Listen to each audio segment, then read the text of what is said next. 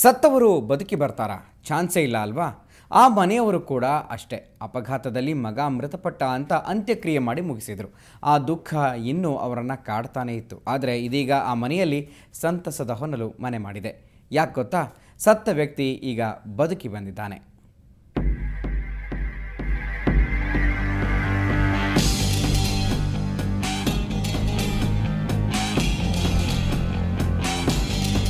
ಪಟಾಪಟಿ ಅಂಗಿ, white and white lungi, ಹಣೆ ಮೇಲೆ ತಿಲಕ. ಇವರು ಪರಶುರಾಮ್ ಹುಲ್ಯಾಳ್. ಈ ವ್ಯಕ್ತಿ ಸತ್ತೇ ಹೋದ ಅಂತ ಮನೆಯವರು ಅಂತ್ಯಕ್ರಿಯೆ ಮಾಡಿ ಮುಗಿಸಿದ್ರು. ಆದ್ರೆ ಆತ ಈಗ ಬದುಕಿ ಬಂದಿದ್ದಾನೆ. ಹಾಗಂತ ಸತ್ತವನು ಎದ್ದು ಬಂದಿಲ್ಲ.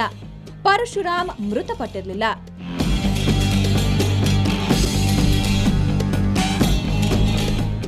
ಹೌದು, ಇಂಥದ್ದೊಂದು ವಿಚಿತ್ರ ಘಟನೆ ನಡೆದಿರೋದು ಬಾಗಲಕೋಟೆ ಜಿಲ್ಲೆ ಹುನಗುಂದ ತಾಲೂಕಿನ ಸೂಳಿಬಾವಿಯಲ್ಲಿ. ಪರಶುರಾಮ ದುಡಿಯೋಕೆ ಉಡುಪಿಗೆ ಹೋಗಿದ್ರು. ವಾರದ ಹಿಂದೆ ಆತ ಅಪಘಾತದಲ್ಲಿ ಮೃತಪಟ್ಟಿದ್ದಾನೆ ಅಂತ ಮನೆಯವರಿಗೆ ಮೆಸೇಜ್ ಬಂದಿತ್ತು. ಕೈಯಲ್ಲಿ ಪರಶುರಾಮ್ ಅಂತ ಹಚ್ಚೆ ಇದ್ದಿದ್ರಿಂದ ಮನೆಯವರು ಕೂಡ ಇದು ಪರಶುರಾಮನದೇ ಶವ ಅಂತ ಅಂತ್ಯಕ್ರಿಯೆ ಮಾಡಿದ್ರು. ಗೆಳೆಯನಿಗೆ ಫೋನ್ ಮಾಡಿದಾಗ್ಲೇ ಪರಶುರಾಮ್ ಬದುಕಿದ್ದಾನೆ ಅನ್ನೋ ಸತ್ಯ ತಿಳಿದಿದ್ದು. ಆಕ್ಸಿಡೆಂಟ್ ಅಲ್ವಾ, ಅದು ಗೊತ್ತಾಗಲ್ಲ. ಮುಖ ಎಲ್ಲ ಇದಾಗಿಬಿಟ್ಟಿತ್ತು. ಆನಂತರ ಎಲ್ಲ ಇದನ್ನು ಮಾಡಲೇ ಹೋಲಿಕೆ 199 ನಮ್ಮ ತಮ್ಮನ ಹೋಲಿಕೆನೇ ಆಗಿಬಿಡ್ತದು.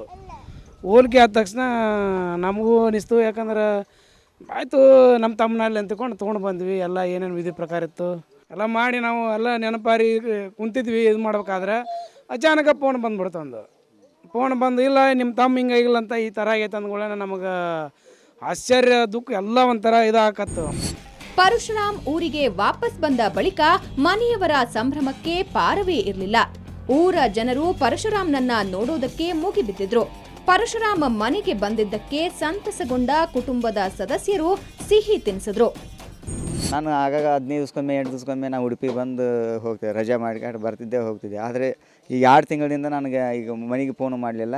ಇದು ಆಗಿದ್ದು ಘಟನೆ ಆಗಿದ್ದು ನನಗೆ ಗೊತ್ತಿರಲಿಲ್ಲ. ನಾನು ಶುಕ್ರವಾರ ಉಡುಪಿ ಬರೋಂಗೆ ಬಂದೆ. ನಮ್ಮ ಊರಿನವರು ಭೇಟಿ ಆದ್ರೆ ಹಿಂಗಾಯಿತು ಅಂತ ಹೇಳಿದ ಮೇಲೆ ಆ ವಿಷಯ ಗೊತ್ತಾದ್ಮೇಲೆ ನಾನು ನಿನ್ನೆ ಮನೆಗೆ ಫೋನ್ ಮಾಡಿದೆ. ಹೌದು ಹೀಗಿದೆ, ನೀವು ಬಂದುಬಿಡು ಅಂತ ಹೇಳಿದ್ರು. ಒಟ್ಟಾರೆ ಶೋಕ ಸಾಗರದಲ್ಲಿ ಮುಳುಗಿದ್ದ ಕುಟುಂಬದ ಸದಸ್ಯರಿಗೆ ಬಿಗ್ ರಿಲೀಫ್ ಸಿಕ್ಕಿದೆ. ಆದ್ರೆ ಉಡುಪಿಯಿಂದ ತಂದು ಸೂಳಿಬಾವಿಯಲ್ಲಿ ಅಂತ್ಯಕ್ರಿಯೆ ಮಾಡಿದ ಮೃತದೇಹ ಯಾರದು ಅನ್ನೋದು ಮಾತ್ರ ಅಚ್ಚರಿ ಮೂಡಿಸಿದೆ.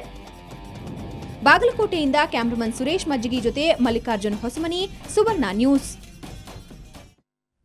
ಇವಿಷ್ಟು ಈ ಹೊತ್ತಿನ ಸುದ್ದಿ. ನೇರ ದಿಟ್ಟ ನಿರಂತರ ಸುದ್ದಿಗಾಗಿ ನೋಡ್ತಾ ಇರಿ ಸುವರ್ಣ ನ್ಯೂಸ್.